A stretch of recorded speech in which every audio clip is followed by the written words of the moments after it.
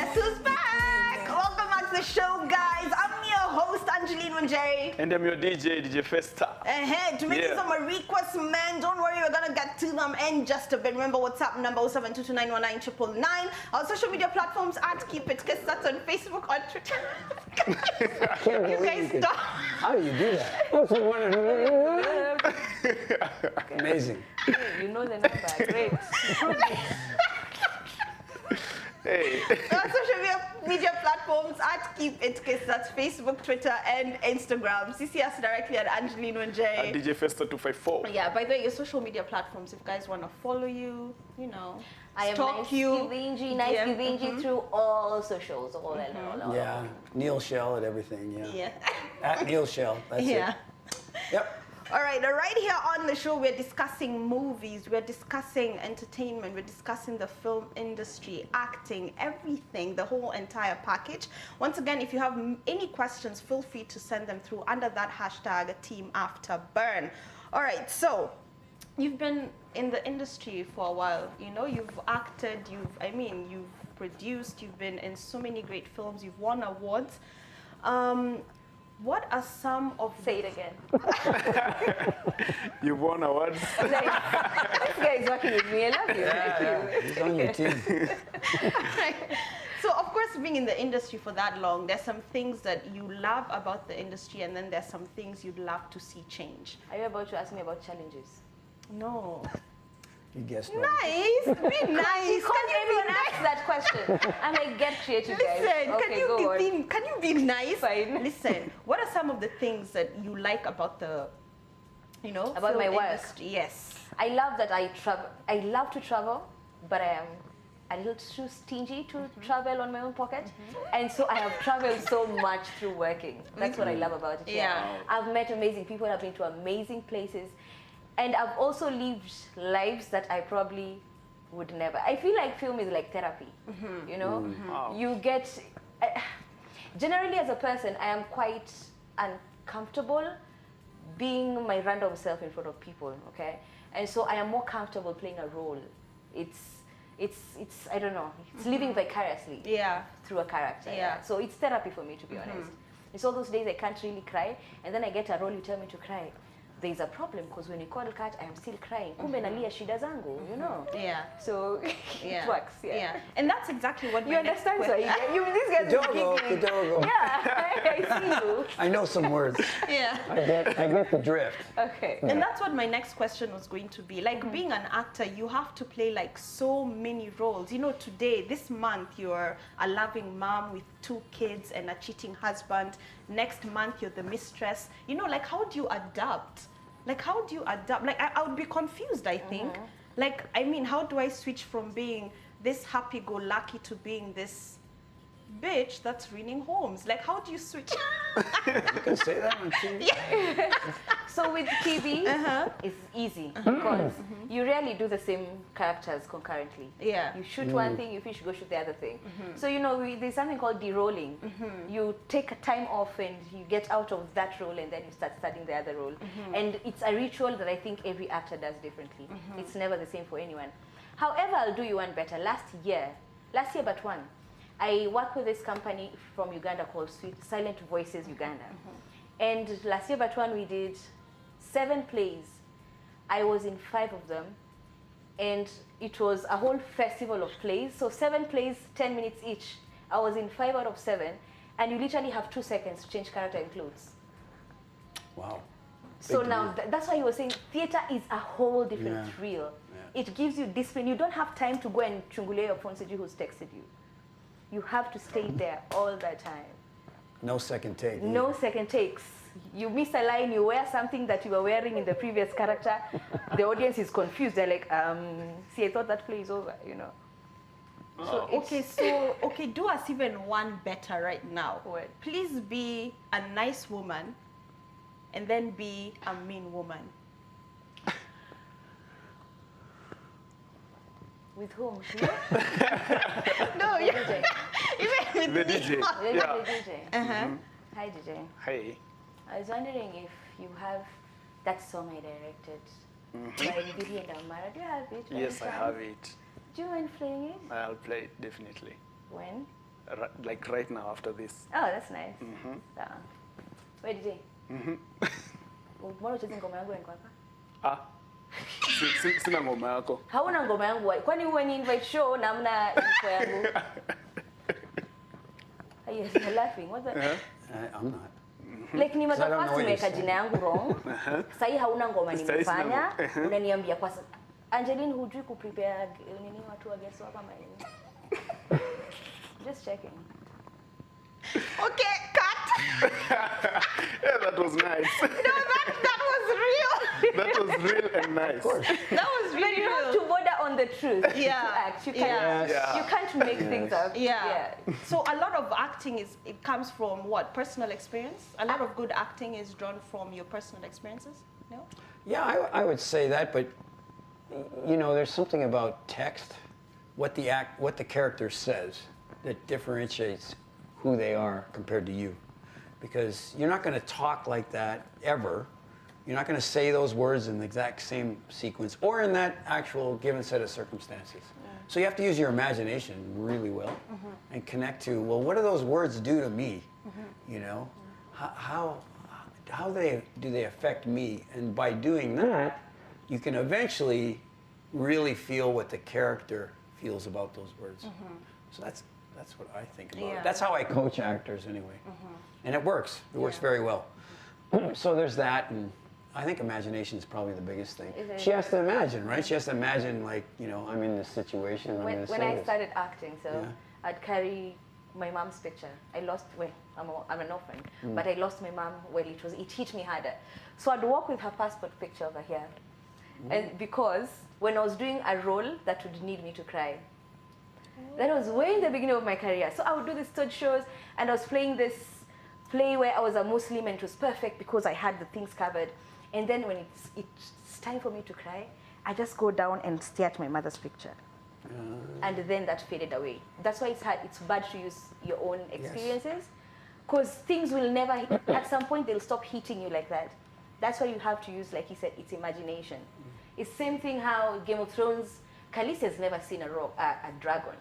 If you see behind the scenes, it's assistant. I don't know if you know what assistant Yeah, is. so she's looking like over her shoulder. Yeah, There's nothing nothing. there. There's nothing. So But, tell me, if you don't have a strong Like this imagination, wall. Yeah, exactly. so if you don't have a strong imagination, the audience will never believe you. Right. That's why actors are encouraged to read. Yep. Your mind has to be able to imagine things that you've never seen, and for them to be real enough for you to convince someone watching you experience something you've never experienced. You get? I also think Wow. that there's not only that, but you really have to become a master of the language you're going to act in. You really have to, because that's all you get. You get words, and that's it, and you have to translate that and turn that into a character in a place, and like she said, imagine many things. You know, and what you're talking about is also very powerful in auditions, because when you audition, you're not at the hospital with an emergency room with a dying patient, but you have to imagine it all for an audition. So, you know, practice. Anything creative you can do helps fuel your imagination. Read. Because we're kind of taught not to use it from little. Yeah. Yeah. We actually are taught not to. Read, travel, imagine, observe. Draw, paint. Because today, if you're told, go play an old woman, you'll probably play the last old woman you saw, or a Yeah. Mamboga. So if you don't observe people, how are you able to bring them to life with a character? You know? Yeah. All right. So I've read like lots of stories of famous actors. Like I'll give an example: Heath Ledger, who got so immersed into his role as the Joker, to the point he literally went into depression even after the role, you know, finished filming. Is this something either one of you have ever experienced? Like you finished wrapping a movie and you were so wrapped into the role that you played that once it's done, you somehow can't get out of, you know? The character. Yeah. I have not had that trouble. Yeah. So what do you think happens?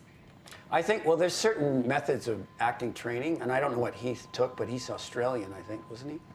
Or, well, no, where's he from? Yeah, Australia. So I'm not really sure, but, you know, there are different methods, and one of the ones that Nice kind of touched upon like this photo she did it instinctively, looked at her photo. That's called sense memory, and you're using your own memories to key in emotions and feelings, and that could have been what he did, because sometimes that stuff doesn't let go.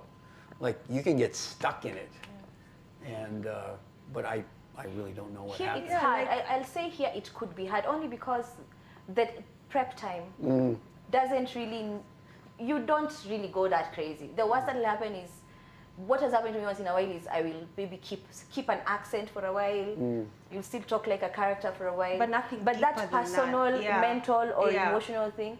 Because really you're called and told come shoot next month. Yeah. You don't have time to do character work. You probably have not gotten a character Bible. You don't have time to go and observe. I have a very good friend called Bilal Maura. That guy is nuts. He's one of my favorite actors in this country that people barely know. Bilal will give him a character as a chokora. You know that nigga will go and spend nights in town on the streets with chokoras. He does something, he goes to such lengths. And so if we ever find a budget that allows us to go to such lengths, then maybe you would get immersed in your character that much, and that budget also needs then, I guess, to afford your therapy for you to de-roll. Yeah. Yeah, but we don't have enough prep time to sit down. We don't have enough prep time for you to go into that zone. Yeah. Yeah. And you've just reminded me, even there's this famous actor who played Nelson Mandela. What was his name? Was it Idris Elba? And for him to get immersed into the role, because there's one scene where he had to shoot where he was in the cell, you know, as the same cell as Mandela. This guy stayed in that cell for a whole entire month. Like he was literally a prisoner, and he said, treat me like you would any prisoner. Exactly. It would be nice to have the luxury. Yeah. It would be. It should be, honestly. Yeah. And that's why I love Subira, bro. Because in Subira, besides the fact that I have coast heritage and I understand the language, the accent, Lamu and Mombasa are very different. Subira, we were in Lamu for a whole month. I think my shooting days were just a week. The other 3 weeks were me hanging out with those old women. It was perfect. I had enough time to prepare, and that's why I call it my favorite. Yeah. Wow. Because That I role, think you killed it. they gave me time to prepare for it, you know. Wow. Yeah. It was really, you killed that role. You Asante. definitely did. You say the truth. Yeah. I receive it. All right, so you've directed lots of TV shows Yes. here in Kenya. I read, was it 159 plus TV shows? 156 episodes Yeah, in Kenya in alone, Kenya. and that doesn't include pilots. Yeah, yeah. So Right. what attracted you to the Kenyan film industry? Well, A good question. Yeah. Why did you come here? What are you doing here? okay, here's the story. nice. Here's the story. I tell it every time. I'm going to tell it again. So, around 15 or 16 years ago, I met Dorothy Gatuba in one of my acting classes in Edmonton, Alberta, Canada. And it was not a very big class. I wasn't even going to go because I lived in Vancouver, which is like an hour and a half flight away. So, but I went anyway. I taught the class. There were like 6 people, and there's this black lady in the class. Got an accent. Okay. So I taught her, and it was a weekend workshop. That's it. She told me afterward that I inspired her so much, she quit her corporate job, and she moved to Toronto and wanted to do acting. And then I taught her again in Toronto because I used to travel around the country training actors. Eventually, she came back to Kenya and started working for a production company that was doing a show called The Agency for Mnet. And I get this email one day from her, like this is years later. Neil, how would you like to come to Kenya to train actors for a TV show? And I'm like, okay, is this a Nigerian thing? You know, what is this? Well, What do you mean? Like, is this? you know, scams. Like, Oh, I see. Those are African, you know, Yeah, because, yeah. you know, I'm from the West. It's Africa, it's not Kenya, it's not Nigeria. But I'm thinking, is this a con job? But it's like, is this you, Dorothy? Yeah, it's me. I'm like, okay. Well, yeah, sure. So I came, that was in 2008. I was here like 3 weeks. I taught like 19 actors. It was great. I went to the Mara, the migration was on. I was blown away, all that stuff. And then Dorothy got on her own and started producing her own things. She did Block D, she showed me some clips. I was like, wow, this is done really well, although I couldn't understand it. But I was like impressed. So I think Ekwa Masangi was directing that, right? And Ek was like, no, a big shot. She's great. But she's great. So she said, why don't you come and direct Higher Learning in 2010? So I was like, yeah, we'll have you do 13 episodes. I think she was testing me. So I did 13, and before I was done with the 13, she goes, would you like to do another 13? And I'm like, yeah, okay. So I did another 13. She goes, yeah, we know you were doing this new show called Saints. Would you like to shoot the pilot? Yeah, okay, shoot the pilot. Would you like to do Saints? Would you like to do this? Would you like to do that? And I kept coming back. That's how it started. Yeah. That's how I got here. Yeah. And as they say, the rest is history. And you're here in the rest is 2021. Yeah, here I am, sitting here with you. Yeah. And nice. Again. I love that. All right, so there are so many misconceptions about the film industry. What are some of these misconceptions about the, should I say the Kenyan, yeah, let me just say the Kenyan film industry that just totally piss you off and you'd like to set right here today? What are some of these misconceptions? That actors are rich? Actually, imagine I was that- going to say is the that- exact opposite. Yeah. Really, That's there's what- that? I was going, That actors are poor. that is, the misconception I'd like to put straight is that acting doesn't pay. Really, Yes, does it? That's, It does. it does. does. Let's It be honest. pays, but it doesn't pay like it should. It doesn't pay like it should, No. but then when it does, it does. Yes, And it runs for way longer. right. Let's not even beat around the bush. I really feel like, you know how? God. It's okay, let it out nice. Let No, it out. This is a big moment. here. I'm like trying to clean my words and try. Okay, Oh. I'm gonna put it this way. Musicians. Calligraph, even when he was in Kayole, he was still the king. When he was in Kayole. Look at him coming up, he's the literal king. I don't know what it is about actors that makes them constantly treat themselves as if they're bottom of the paddle. Okay? Okay. And so it's an energy thing. We keep saying, oh, it doesn't pay. And you have done like 13 episodes getting 10K a week. What are you telling me? You understand? What about that musician who is just making money from a gig here and a gig there, and they have to spend their money to go and pay for their music to be done? You get what I mean? Oh, yeah, so it's I quite feel like different. we Yeah. sort of don't have proper money management. We don't have proper money management. And that's also because as actors, we have decided that we are the office. So careers know, this DJ, you have a manager, don't you? I don't have one. You don't have a manager? Do you have an accountant? Yeah. Do you want to have a manager? Not really. DJing doesn't really involve you don't So who need a books your manager. shows, for example? I book I book the shows for myself. And you negotiate your contracts yourself? Yeah, sure. Like all actors. You see, and I think that is what is wrong. Yeah. I think you play. Be a handsome boy behind the decks. Be a superstar. Let people go decide whether you're getting 10K or 100K.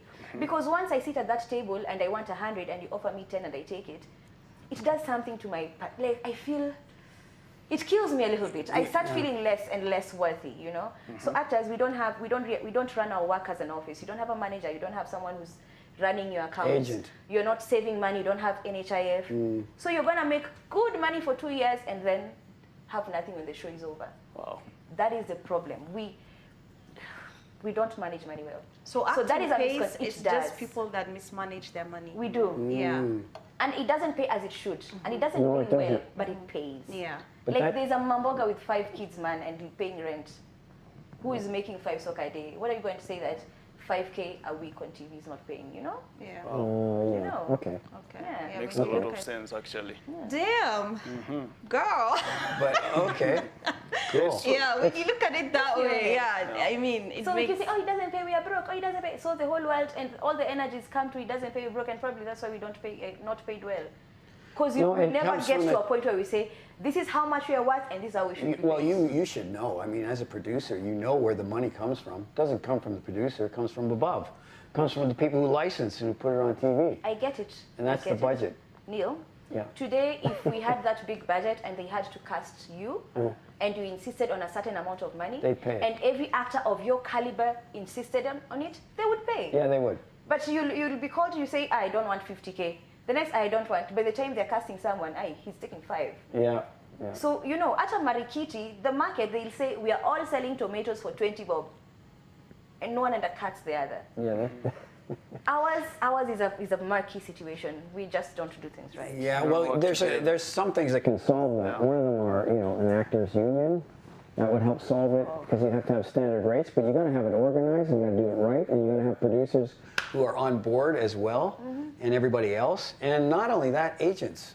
But that's why, actors have to handle all their own stuff. There's nobody who is an agent that I know of.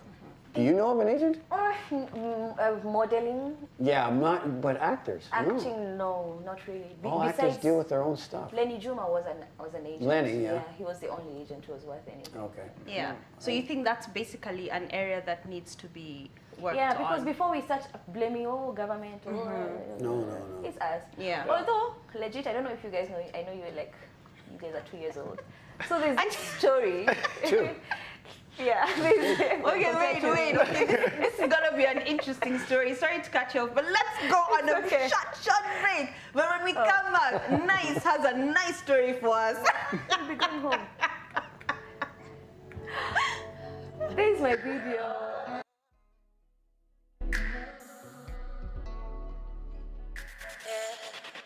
Oh Lord, am I moving too fast or too slow? Can we fall till we fall? Take down all of these walls. I like it when you call my name. Can we do it again? Kesho pia tuonane. Kesho pia tukutane. When the music is hot, we have to take it from the top.